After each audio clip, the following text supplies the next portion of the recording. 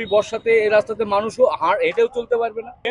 এক সপ্তাহে দুবার যদি হয়ে থাকে তাহলে টাকাগুলো তাহলে সেই দালালদের পকেটে ঢুকে পড়ছে। নদীডাঙ্গা এলাকায় নদীডাঙ্গা তেল কল থেকে লক্ষ্মীপুর পণ্ডিতপুর লক্ষ্মীপুর ব্রিজ পর্যন্ত বলছি, এখন এই রাস্তা মানুষের দাবি না, মানুষের প্রয়োজন হয়ে উঠেছে। সেক্ষেত্রে এই মুহূর্তে এখন কি বলবেন স্যার? দেখুন, আমি অন্ততপক্ষে এইটুকু জানতাম যে এই রাস্তা ইলেকশনের আগে তৃণমূল কংগ্রেসের তরফ থেকে কয়েক কোটি টাকা স্যাংশন করা হয়েছিল বলে ঢাকঢোল পিটিয়ে উদ্বোধন করা হয়েছিল, এবং এটাতে শুধু ভোটের জন্য আমি সেই সময় বলেছিলাম। কিন্তু আজকে তখন পাবলিক বুঝতে পেরেছিল না, কিন্তু এখন পাবলিক বুঝতে পারছে যে এটা একদম ভাওতা। কেন ভাওতা? আমি BDO office, SDO office, DM office তিনটে জায়গায় খোঁজ নিয়ে দেখেছি। এটা উদ্বোধনই হয়েছে ভোটের জন্য, এর জন্য কোনো টাকা বরাদ্দ হয়নি, কোনো টেন্ডার হয়নি। কিন্তু এখন দেখা যাচ্ছে মানুষ এই রাস্তা দিয়ে চলতে পারছে না।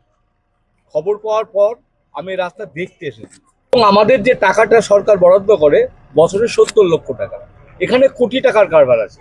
সেই কোটি টাকার কারবার এমএলএ কোটা থেকে হবে না, এমএলএ দ্বারা হবে, সেটা আমি চেষ্টা করব।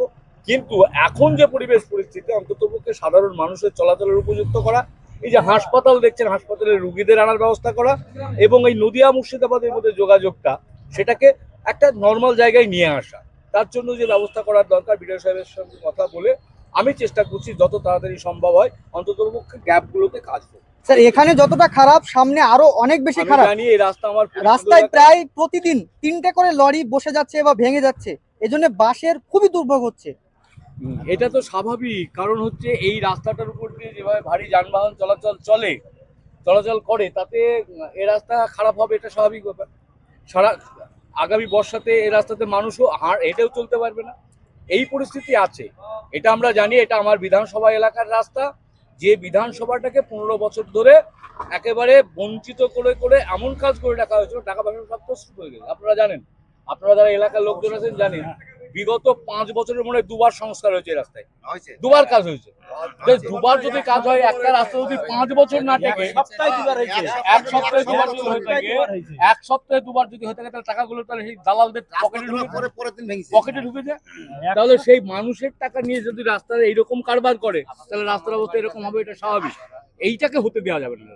এর পরবর্তী ক্ষেত্রে রাস্তার যখন কাজ হবে, রাস্তা এই এলাকার মানুষ সেটাকে দেখে নেবে, যাতে কাজ যেটা শিডিউলে আছে সেই মোতাবেক কাজ হয়, সঠিক কাজ হয়, সেটা দেখে দেওয়ার দায়িত্ব এই এলাকার মানুষের, আপনাদের দায়িত্ব। আপনারা দেখে নেবেন, রাস্তার কাজ হবে, অবশ্যই হবে, কিন্তু হুট করে বলে যে আমি করে নিতে পারবো। স্যার, বড় পরিসরে সে তো রাস্তার কাজ হবেই, কিন্তু এখন ইমিডিয়েটলি কি পরিস্থিতি মানে হতে পারে? এখন ইমিডিয়েটলি ধামা ব্যাস দিয়ে গ্যাপগুলোকে পূরণ করে সেটাকে রোলার